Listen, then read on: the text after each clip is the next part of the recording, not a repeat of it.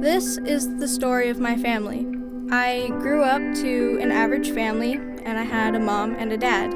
My mom's name was Lindsay, and my dad's name was Boyd.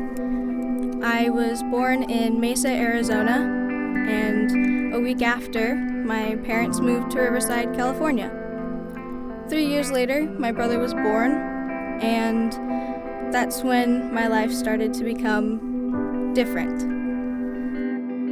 My mom came out as a lesbian and married a woman named Donna.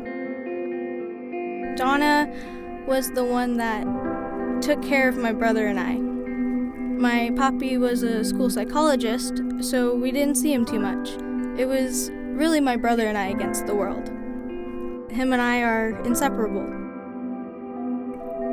My name is Celeste. My name is Jacob. Welcome to our film called Georgio, A Legacy of Change. My papi had it hard. He didn't have the best of childhoods, and he had to sacrifice a part of himself to do that. My mother, she was 17 when she had us. Twins, which was an unexpected delivery. They were expecting to have a large boy. They did. They just didn't know that.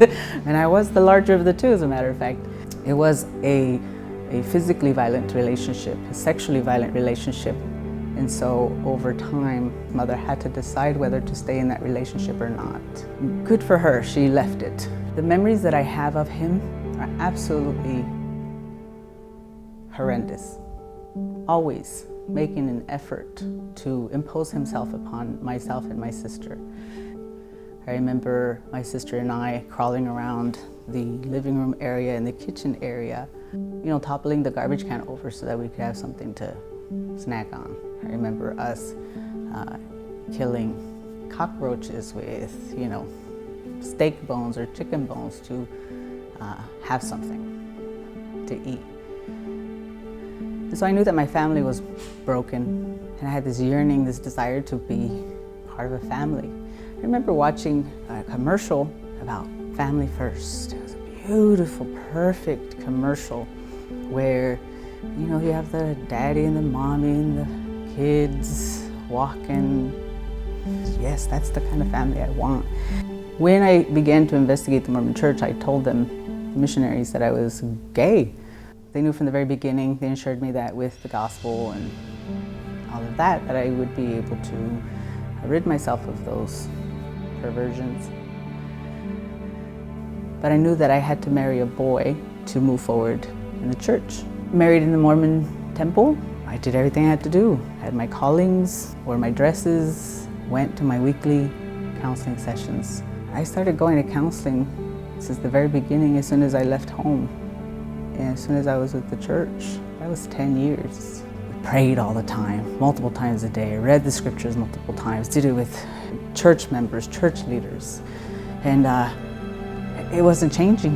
If anything, I kept coming out of those sessions going, I feel awful about myself. It's not going anywhere. I wanted it more. He allowed himself to feel for the first time. But he had to leave the church and follow his heart. We are all proud of our papi and support him in anything he did.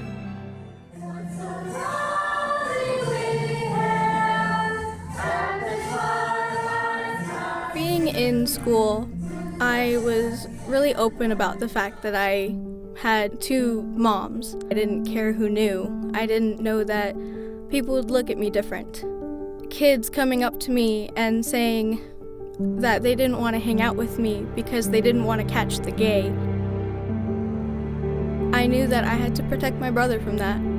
So through a lot of school, I was the one that took most of the bullying. I was the one that dealt with the mean kids, and I was the one that threatened other people, saying, if you mess with my brother, you have to go through me. I didn't want my brother to have to go through what I did, and I had no idea what my mom was going through at work. Just with the simple fact that my mom was a lesbian, my mom was terrorized at school, my mom was harassed, and didn't feel safe in a lot of situations. I need to be able to have the courage and the strength to be able to move forward. And the only way that I can do that, and to be able to face people like the administration at a school site who unfortunately oftentimes will suppress the voice of members, teachers. I, on the other hand, was really angry a lot of the time. I was feeling lost and I was confused.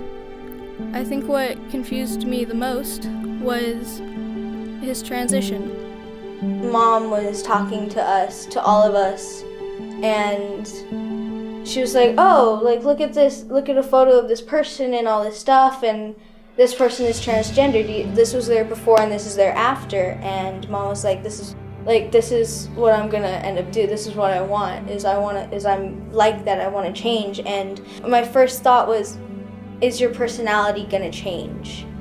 I was afraid to lose my mom because the outside was changing. I was afraid the inside was gonna change as well. And so in the beginning it was kind of hard, and I was kind of like, I don't really want this to happen. Because I want my mom to be happy, but then again, it's like, if I lose the person that I love, I just can't deal with that. What would you do if I was transgender and I said I would have a lot of counseling?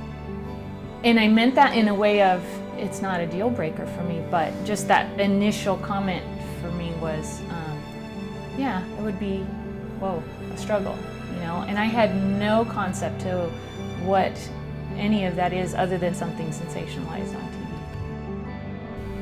What is my next step? It has to feel right. I keep in mind a couple of things.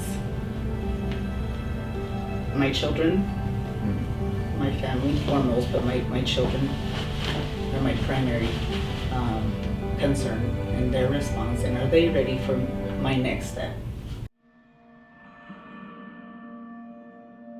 Lindsay went down and stood in front of the judge. He asked for the name change, and the judge said, you want to become Georgio Giovanni di Salvatore? And my mom said yes.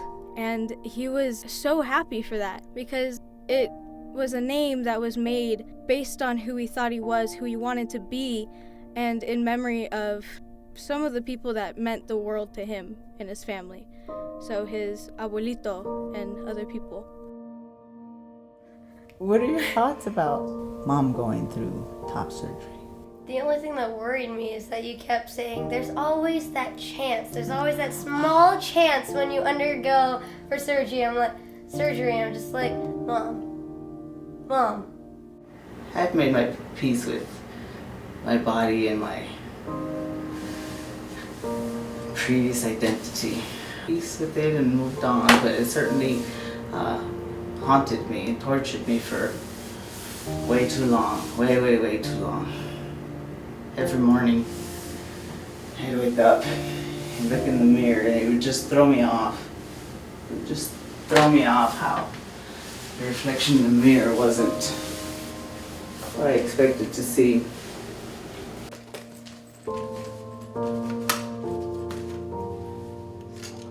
It won't affect the day in any way because you're going to go to school for 6 hours a day, do homework, and then you'll come back after school. So nothing will really be different. Well, I mean, at least for you it won't, but for me, I remember Teeny had dyed her hair a different color, and I was like, whoa, what happened to you? So, I don't know what my reaction is going to be at this point, but... You have reached your destination. Am I going to look any different to you? Do you feel like I'm going to feel any different to you? No, the coat makes it so it looks like you don't even have breasts. So, yeah. You have your coat, and then you have your vest, and you have the other shirt on top, underneath that, so... You're not gonna look different. The thing that's gonna get me is when I hug you, because instead of like hugging you and actually like... It'll be like hugging me. Yeah, like kind of like that. Instead of like being able to like tilt my head a little bit because my head is resting on your shoulder, it's just gonna be like, head is straight. It's not this nice thing, it's just something like that. Do they actually sit that high? No. I didn't think so. It's my spirit calling out to be whole. It's a self-love and a self-healing, and it's a having the opportunity to say, okay, here we go. There's no way in heck that anyone could change as quick as that. Like, no one can change their personality overnight. And it was almost unbelievable to me. And I had a really hard time with it in the beginning. I'm like, you're not the parent I grew up with. You are not who I remember. It was almost like meeting a stranger. After a while, after seeing it, after getting used to it, and after realizing how happier he was and that he was actually trying to be a better person and seeing the improvement, I've grown close again. I would say I've grown closer with Georgio than I did Lindsay. With the change in title from Lindsay to Georgio, I didn't really call her Lindsay at all, and I don't really call her Georgio at all. She's Mom, and that's her title. Sadly, all of our family turned against Georgio. Our grandmother, his twin sister, they just couldn't support his transition. The only family member that stood by him, and thankfully in our lives, is our Ablida. We love her dearly.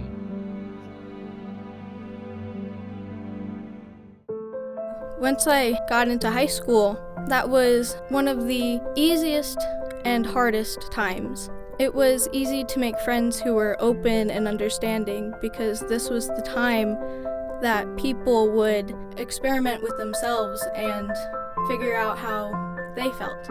When I turned 16, our lives turned upside down. My mom and Donna got a divorce. I guess looking back in hindsight, I can see like some of the, I guess, problems. I don't know how to explain it, but looking back, like, she was my mom. She was there. She's always been there.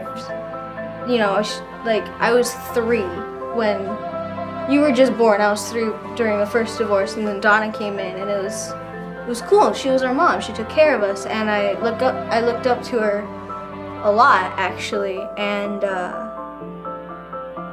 just the separation and everything, and like for me that was hard, just because I feel like it's almost like this person that you look up to. It's almost like I put her on a pedestal when I was younger, and now she kind of fell off of that pedestal. We don't even speak to her anymore, or she actually stopped speaking to us. It's very sad, and I never dreamed that I would lose her. Because I wanted to make sure that I transitioned with my family intact. I wanted my kids to still love me and not look at me and think whatever the heck many kids think of their trans mom or trans dad as soon as they come out, and start living their truth. And I wanted my wife to still be there because she was a supportive wife. Now, we didn't have perfect, but she did the best that she could. Mom had it hard, but at the same time, he was happy with it. He was true to himself. He was true to my brother and I. He was true to the world, and he's gotten better. He's one of the strongest people I know. He's a psychologist, a shaman, an out-pride transgender man. His life is one of the service to our family and the LGBT community. He's a hero. Tell me a joke. Do something funny. You gotta constantly think about one, okay? Okay? Think of one and I'll come back. Or come So back. Pepito says, so Pepito goes to school and he tells his teacher, "Teacher, would you ever punish me for something I didn't do?" The teacher said, "No, Pepito, I would never ever punish you for something you didn't do." Ah, that's a good thing because I didn't do my homework. And he's found the love of his life just by being who he is. And Jacob and I cannot be prouder of him. So we met at work and had a very good professional relationship. even then, as I look back on it, actually, I think he brought out the best in me then as a professional. And we just got to be really good friends. I think my heart knew before my mind and body that I loved him. I think I already loved him in a different way as we became friends. And probably in a few months after our friendship, we fell in love, and just, my heart just knew that this two-spirit being was perfect for me. I have the best of both worlds. It's been incredible. I can't believe every day is an amazing day because I get to be with Georgio.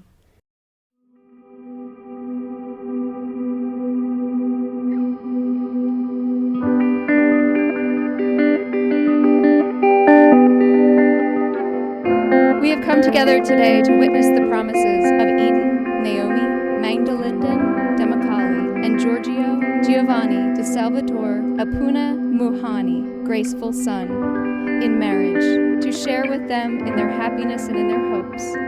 Marriage enables two separate people to share their desires, longings, dreams, and memories. Georgio and Eden, you have declared the love you have for each other and your hopes for the future. You have made promises to each other and have symbolized them by joining hands and giving rings. I now pronounce that you are husband and wife. Fragrant oils have been used for healing and ceremonial blessings. To be anointed is to be endowed with grace and the gift of light.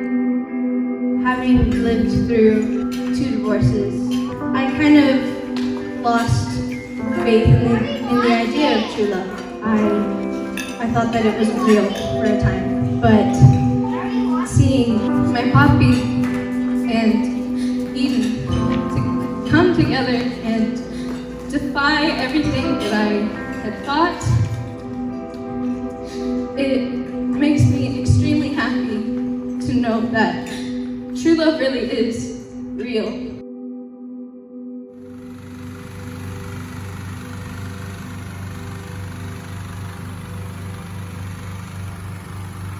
We gather today as a family in the heavens for 2 reasons.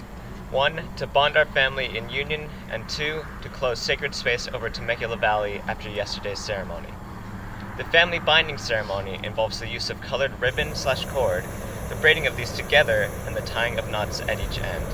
So we may enjoy the flight, we will only be carrying a colored ribbon on our person that our parents have decided represent each of us best. During the flight, we will carry this ribbon on our person so as to infuse into the fabric of the ribbon positive, loving, pleasurable, and peaceful energy. It's a natural healing process. The weaving of making the higher evolution in our family has woven together all of us like a tapestry of new beginnings and seasons.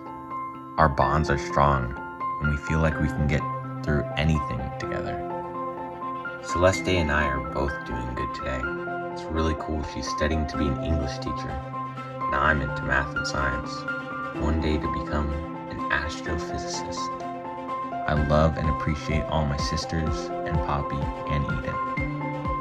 Eden is the glue that holds my Poppy and the rest of my new family together. She's such a wonderful nurturer and mom. Eden has pulled our family together with unconditional support and love. She's helping us deal with our pain with her love. She's one of the best people I know. She's my good mom, and I don't think she has a mean bone in her body. This is our story of how all our lives have changed by the truth of coming out of the closet by our Poppy, who's led the way. This is one story within the larger legacy of changes that's been left by our Poppy and the other courageous people like him.